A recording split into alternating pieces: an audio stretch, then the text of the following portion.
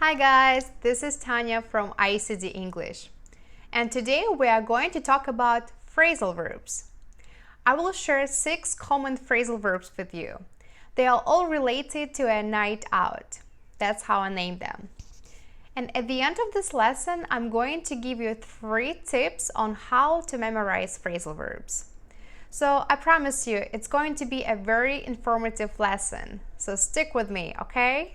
Guys, the truth is, you cannot become a fluent English speaker without learning phrasal verbs. You don't have to use phrasal verbs if you don't want to, but at least you should know them and understand how to use them and when to use them, okay? Otherwise, it's going to be really hard to understand the native English speakers because they use phrasal verbs all the time. You know, I was talking to my friend the other night and I was telling her a story what happened to me recently. And then I realized how many phrasal verbs I used just in a couple sentences. So I want to tell you the story right now so you can see it for yourself how popular the phrasal verbs are. And also you will learn 6 phrasal verbs naturally in context. That's what you want.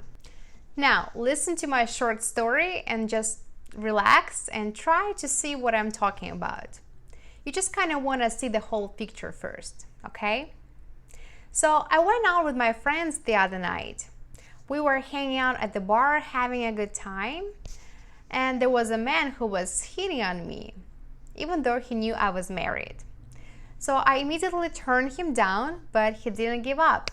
He gave me his phone number and asked me to hit him up. So it was pretty annoying. Alright, did you understand everything I said? Maybe you don't know every single word that I used, but hopefully you were able to grasp the whole picture and figure out what my story was about. And now let's move on and analyze those phrasal verbs. So I've used 6 phrasal verbs in my story. Let's look at the first sentence. I went out with my girlfriends the other night. So what does it mean to go out? In this case, I met up with my friends at the bar. To go out means to leave your house and go somewhere, especially to do something enjoyable, do something for fun. And let's look at the second sentence. We were hanging out at the bar, having a good time. In this case, to hang out is a slang word and it means to spend time somewhere, usually relaxing and doing whatever. So I was enjoying my time with my friends. And next sentence. There was a man who was hitting on me, even though he knew I was married. So to hit on someone is also slang, and it means to show someone in a direct way that you are attracted to the person. So this guy from the bar was hitting on me. He was flirting with me, okay? Next sentence. I immediately turned him down, but he didn't give up. To turn someone down means to reject or refuse someone or something. In my case, I turned that guy down. I rejected him because I'm married and I'm not interested in anyone but my husband. But the guy didn't give up. So to give up means to stop doing something, to abandon some task or goal. So in my case, the guy wouldn't stop bothering me even after I turned him down. Next sentence. He gave me his phone number and asked me to hit him up. To hit someone up is slang and it means to contact someone. So basically this guy wanted me to give him a call, which is not going to happen.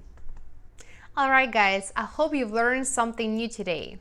I gave you 6 common phrasal verbs, but the question is, how do you memorize them? Right? Let's give you some tips. Tip number 1.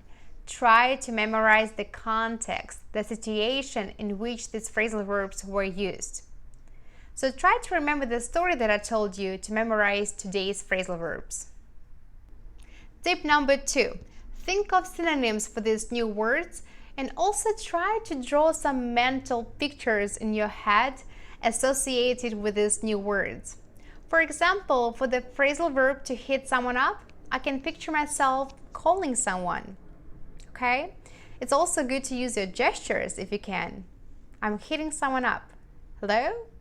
And tip number 3, practice using these new words.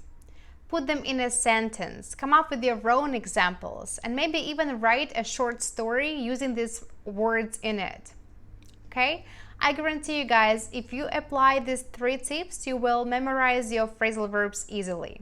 You can also use these tips not just for memorizing phrasal verbs. It's also good to use it when you're learning idioms or any words really. So remember, context is important, and also practice, of course. I can give you context, but I cannot practice for you. So it's on you guys. Thank you so much for watching. I really hope you find this video useful. Let me know what you think in the comments below. Thanks again, and I'll see you next time. Bye!